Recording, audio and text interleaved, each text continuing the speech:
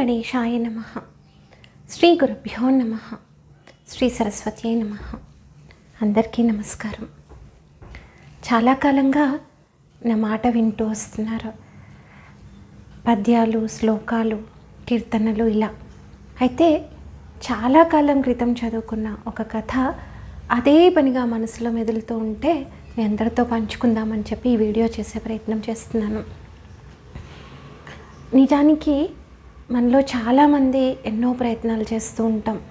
సంస్కృతం నేర్చుకోవాలని, స్టిచ్చింగ్ నేర్చుకోవాలని, వంట నేర్చుకోవాలని, లేకపోతే బయటికి వెళ్ళి బయట ప్రపంచంలో నాకంటూ ఒక స్థానం క్రియేట్ చేసుకోవాలి అని చెప్పి ఎన్నో రకాలు ప్రయత్నం చేస్తాము. కానీ ప్రతి ప్రయత్నంలో ఎదురు దెబ్బలు తగిలే తీరుతాయి.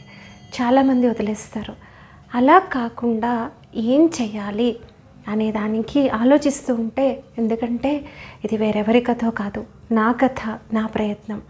ఏం చేయాలి అని ఆలోచిస్తుంటే చిన్నప్పుడు ఎప్పుడూ తెలుగు మీడియం స్కూల్లో చదువుకున్న ఒక చిన్న కథ గుర్తొచ్చింది.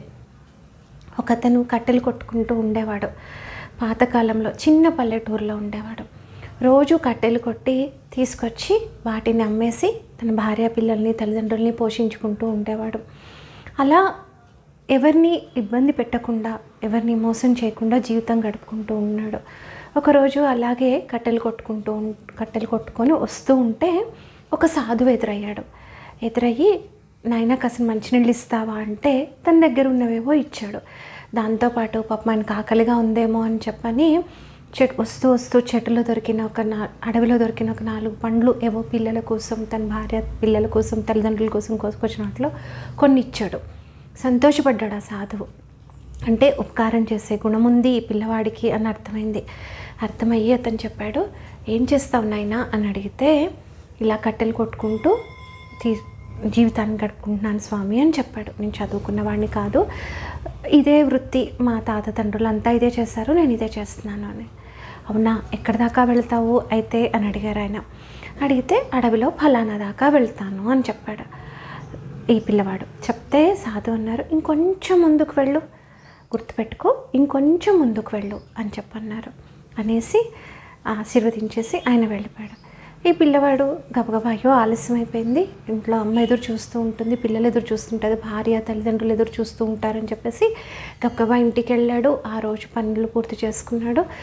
రాత్రికి స్నానం చేసి తిని పడుకున్నాక మళ్ళీ సాధువు గారి మాటలు గుర్తొచ్చి ఏమన్నారు సాధువు గారు, ఇంకొంచెం ముందుకు వెళ్ళు అని అనలేదు, ఇంకొంచెం ముందుకు వెళ్ళు అన్నారు. ఓకే, చూద్దాం ఏమిటో, ఎందుకు చెప్పారో, ఆయనంతటా ఆయన చెప్పారు కదా, ప్రయత్నం చేద్దాం అనుకున్నాడు. మరుసటి రోజు యథాతథంగా ఎప్పట్లాగే బయలుదేరి అడవికి వెళ్ళాడు. వెళ్ళి కట్టెలు కొట్టే స్థానానికి వెళ్ళిన తర్వాత మళ్ళీ గుర్తొచ్చింది సాధువు గారు చెప్పిన మాట. వెంటనే చూద్దాం ఎందుకు చెప్పారో అనుకొని భగవంతుడికి దండం పెట్టుకొని కొంచెం ఒక 10-15 అడుగులు ముందుకు వేసేసి ముందుకు వెళ్ళిపోయాడు. చూస్తే ఇంకొంచెం ముందుకు వెళ్ళేసరికి మంచి వాసన ఏదో తడుతోంది ముక్కుకి, మంచి ఆహ్లాదంగా అనిపిస్తుంది. ఏమిటా అని చెప్పి ఇంకో 10 అడుగులు ముందుకు వేసి వెళ్ళేసరికి ఎండిపోయిన గంధపు చెక్కలు ఉన్నాయి. మనకి నీ బ్రతకడం కోసం కావాల్సిన వనరులు ప్రకృతి నుంచి తీసుకోమని చెప్తారు తప్ప, నా స్వార్థం కోసం పచ్చడి చెట్టును కొట్టే అధికారం నాకు లేదు. కానీ ఇక్కడ ఎండిపోయిన గంధపు చెట్లు కనిపించాయి అతనికి.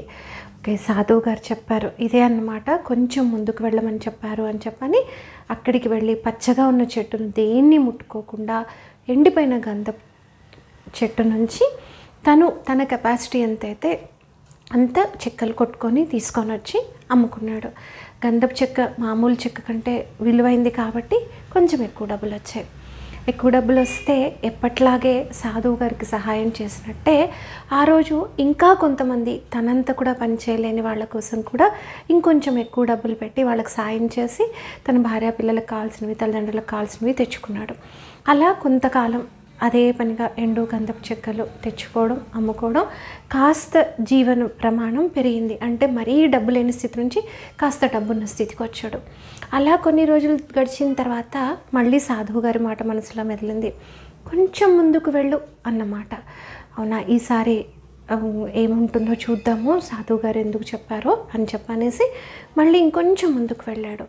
వెళ్తే ఇక్కడ వెండి గనులు కనిపిస్తే అదనమాట సాధువు గారు చెప్పింది అని చెప్పని అక్కడి నుంచి కొంచెం కొంచెం వెండి తీసుకొచ్చి అమ్మడం అలవాటు చేసుకున్నాడు. వెండి సంపాదన ఎంతైతే ఉందో అందులో తను ఇంతకుముందు చేస్తున్న దానికంటే మళ్ళీ ఎక్కువ స్థాయిలో వేరే వాళ్ళకి సాయం చేయడం మొదలుపెట్టాడు. ఇంకా ఎక్కువ పెంచాడు. రోజు 10 రూపాయలు సాయం చేయడానికి ఇచ్చేవాడు. ఇప్పుడు దీనికి ప్రపోర్షన్గా ఇస్తూ వచ్చాడు. అలా కొద్ది రోజులు గడిచింది. ఆ తర్వాత ఇప్పుడు ఇతని జీవన ప్రమాణం ఇంకా పెరిగింది. పిల్లలు ఇంకొంచెం మంచిగా ఉన్నారు, ఇంకొంచెం మంచి బట్టలు వేసుకుంటున్నారు, కొంచెం మంచి తిండి తింటున్నారు, ఆరోగ్యంగా ఉన్నాడు. నలుగురికి సాయం చేయడం కూడా పెరిగింది.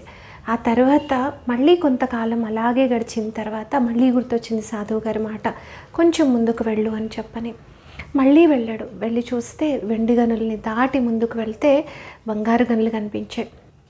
బంగారం రోజు కొంతనే, అత్యాశకు పోకుండా కొంత తీసుకురావడం, అమ్మడం, మళ్ళీ దాని ప్రకారమే కష్టాల్లో ఉన్న వారికి సాయం చేయడం, అలా చేస్తూ వచ్చాడు. ఇంకా కొంతకాలం గడిచిన తర్వాత ఇంకొంచెం ముందుకు వెళ్ళు అన్న సాధువు గారి మాట మళ్ళీ గుర్తుకొచ్చి వెళ్తే ఈసారి ఏకంగా వజ్రాలు దొరికాయి.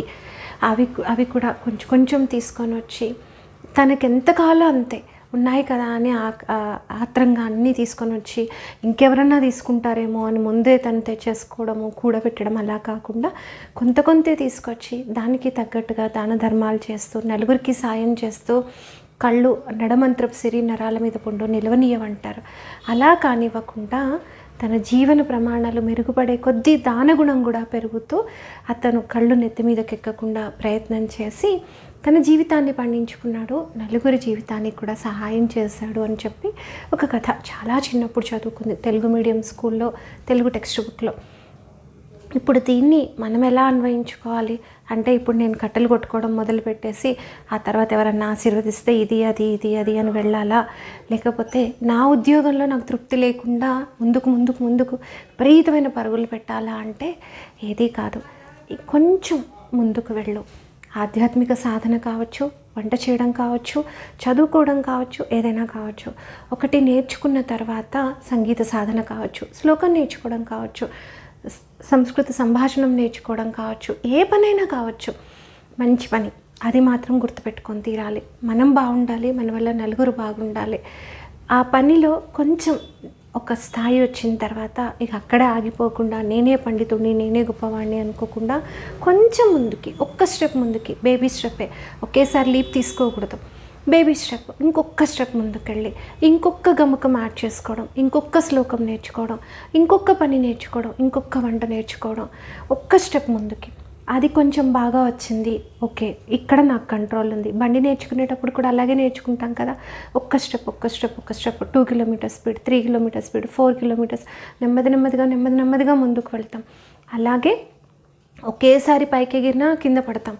అలా కాకుండా బ్యాంబూ ఎలా అయితే మనం లోపల వేళ్ళు పైన ఎంత ఉంటుందో లోపల వేళ్ళు అంత స్ట్రాంగ్ ఉంటాయి, అప్పుడే అది నిలబడగలుగుతుంది.